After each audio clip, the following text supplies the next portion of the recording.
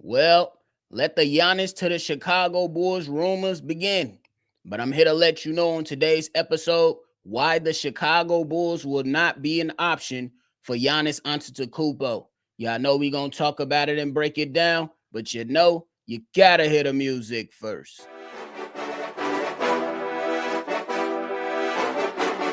Cognac, gang.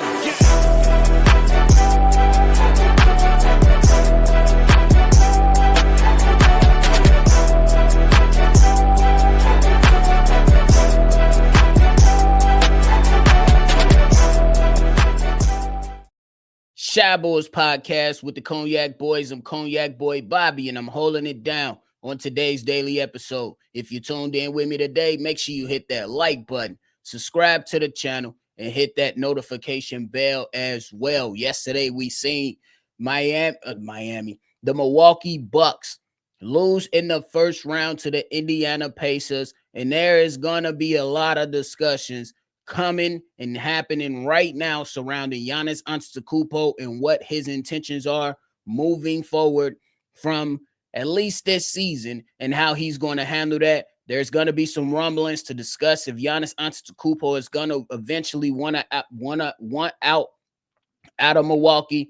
And that's understandable because Milwaukee Bucks for the last 3 seasons have been out of the playoffs early. And we know that with a talent like Giannis Antetokounmpo, and he's at that 30-year mark, he's going to absolutely want an opportunity to play and fight for longer postseasons in his near future as his career starts to, move forward and get on closer to that twilight when he has to eventually walk away. And Giannis has been adamant about his desire to win, and the team around him, including the front office, they have done numerous things for Giannis Antetokounmpo to say, hey, we trying to put these guys with you. We went out and got Dame. We had Drew Holiday. We traded Drew Holiday, got you Dame, let go Chris Middleton, got you Kyle Kuzma, got you Kevin Porter Jr., got you Gary Trent Jr., all those different type of players, but the results have still been the same. He's getting his behind bounced out of the first round. That's Giannis Antetokounmpo. But I'm going to say that right now, I ain't going to knock all the people that want to enjoy the conversation of what the conversation will look like or what it could potentially mean if Giannis does say he wants out of Milwaukee. And I understand that it's a fun conversation to have. But we got to speak in reality, and we got to look at for what it really is. After those discussions of what Giannis could potentially bring to a Chicago Bulls team, we got to keep it a buck. Me personally, I don't think Giannis Antetokounmpo has the Chicago Bulls on his radar. I don't think the Chicago Bulls have Giannis Antetokounmpo on their radar. That's just my early thoughts on it. It could very well change, and it can very well go another direction, but that is not how I'm looking at it. That's why I believe the Chicago Bulls are not an option for Giannis Antetokounmpo. Giannis Antetokounmpo says that he wants to win. Currently, the Chicago Bulls are not created to do anything or in a position to do anything to help Giannis get closer to a championship. Now, I know there's going to be some people that say, hey, the Chicago Bulls, if you go get Giannis Antetokounmpo, the Chicago can become a free agent destination. But the things have changed these past few years when it comes to free agency. It's not that wild frenzy that we once thought it was. A lot of teams are retaining their guys, or a lot of guys are re-upping with their current team and then moving on that way, which will require the Chicago Bulls to have a lot of assets. And outside of owning their own first-round picks and having a few young pieces, you don't have many trading parts, in my personal opinion, to go out there and get a guy like Giannis Antetokounmpo. Because if you call me, if you're the Chicago Bulls, I'm not trading Giannis Antetokounmpo within a team that's that close to me. He can go somewhere else in the Eastern Conference, but I am not looking at the Chicago Bulls. And then we get on to the discussions of saying, hey, if Giannis Antetokounmpo comes here, you better get ready to depart ways with some of your favorite Bulls players. That includes Kobe White. You might say, okay, cool, fine, and dandy. The Milwaukee Bucks might look at Kobe White like, yeah, he's a good young player, but maybe not so great feeling about that. The target that they will absolutely be looking at is Montes Buzelis. Mm, that's exactly where they're gonna go. Because if you trade in a guy like Giannis Antetokounmpo, the intentions, at least in my train of thought, will be to get younger, to be able to have players who could have more upside or players that can help get you back to prosperity. That number one player for me, if I'm looking at that whole type of situation, is Montes Buzelis, because this is not a situation where you look at it in the light that you look at Zion Williamson, simply because Zion Williamson, you might have a little bit of negotiation that can go on with that when you talk about Zion Williamson's injury history. You know what I'm saying? Some of the questions about how committed he is and things like that. Giannis Antetokounmpo, he has been relatively healthy throughout his career. And I just want to say, let's not get caught up in the statement that Giannis made years ago with pretty much saying, hey, yeah, I love the thing, you know what I'm saying? Maybe one day I'll play for the Chicago Bulls. And I'm just paraphrasing there, but that's kind of like what he was. And I would also like to remind people, for the Chicago Bulls plan is set. They're asking for patience. You know how patient AK is. And the plan is set for the Chicago Bulls. The plan has been find young players with experience, develop from within, and have control of their draft picks. That's the plan right now. So I understand, and I've entertained it too. Some of those discussions on what a Montes Buzelis next to Giannis Antetokounmpo discussion will sound like, because it will be sounding fascinating. But in reality, I just don't think that the Chicago Bulls are in a position to go after a guy like Giannis Antetokounmpo unless we are going to sit here and pound the table and say the Bulls are still mid because you can't put adequate pieces around Giannis Antetokounmpo. We will come to that terms if we see the Chicago Bulls go out there and get Giannis Antetokounmpo, Montes Buzelis is going, and you're still running this thing and not building it out correctly, and we're getting bounced in the first round. Is it like if we further evaluate our players that's already here, there is no star on this team right now. There is no young Bulls player that is battle tested in the playoffs. If you want to give me play in, cool, fine, and dandy. That's your prerogative.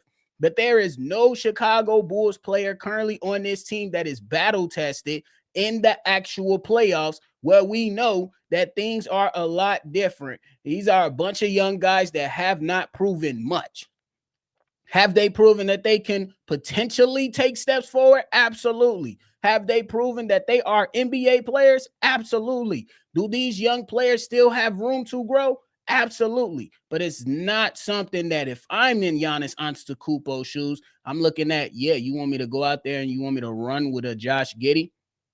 You want me to go out there and have a center like a Jalen Smith? You want me to go out there and not have the wing Montes Buzelis next to me?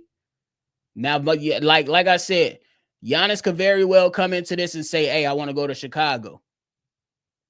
But don't think that the Milwaukee Bucks, just because he wants to go to Chicago, is just going to accept any deal that doesn't make sense for them.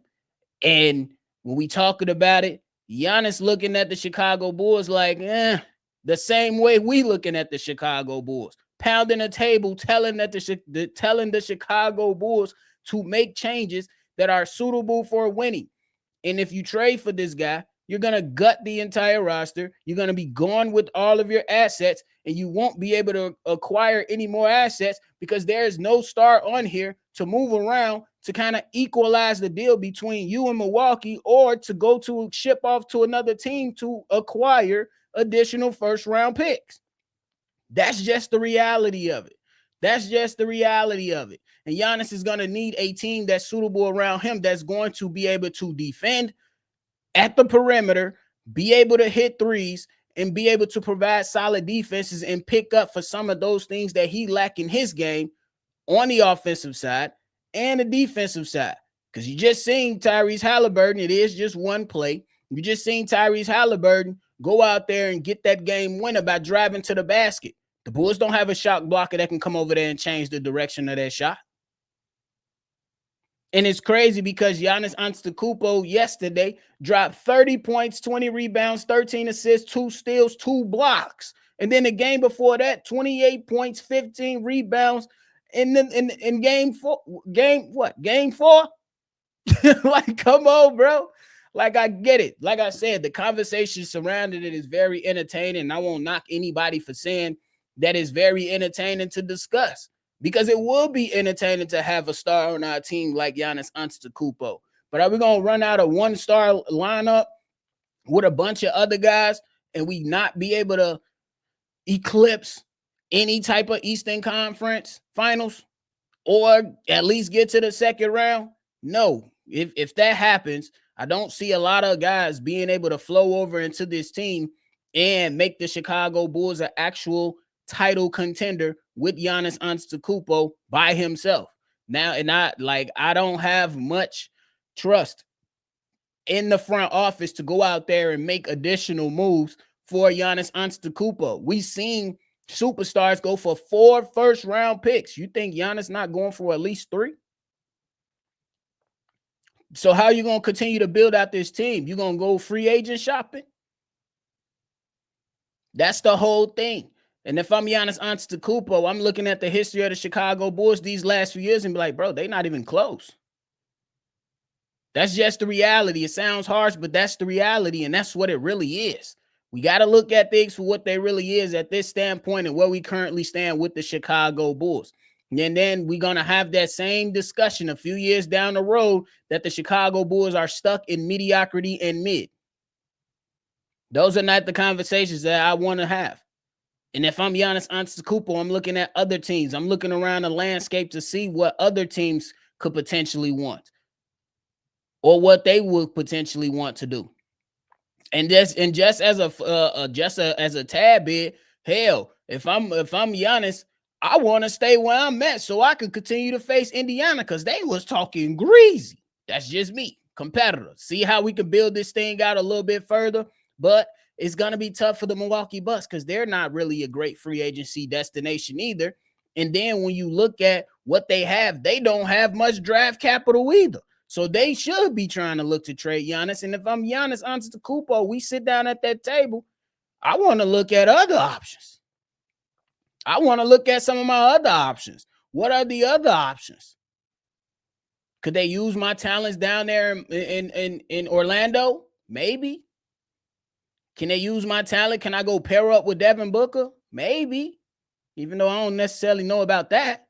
Just throwing teams out there. I think that will be some good teams, you know what I'm saying, that we can look at. Do I go look over there at LA to go pair up with Luka?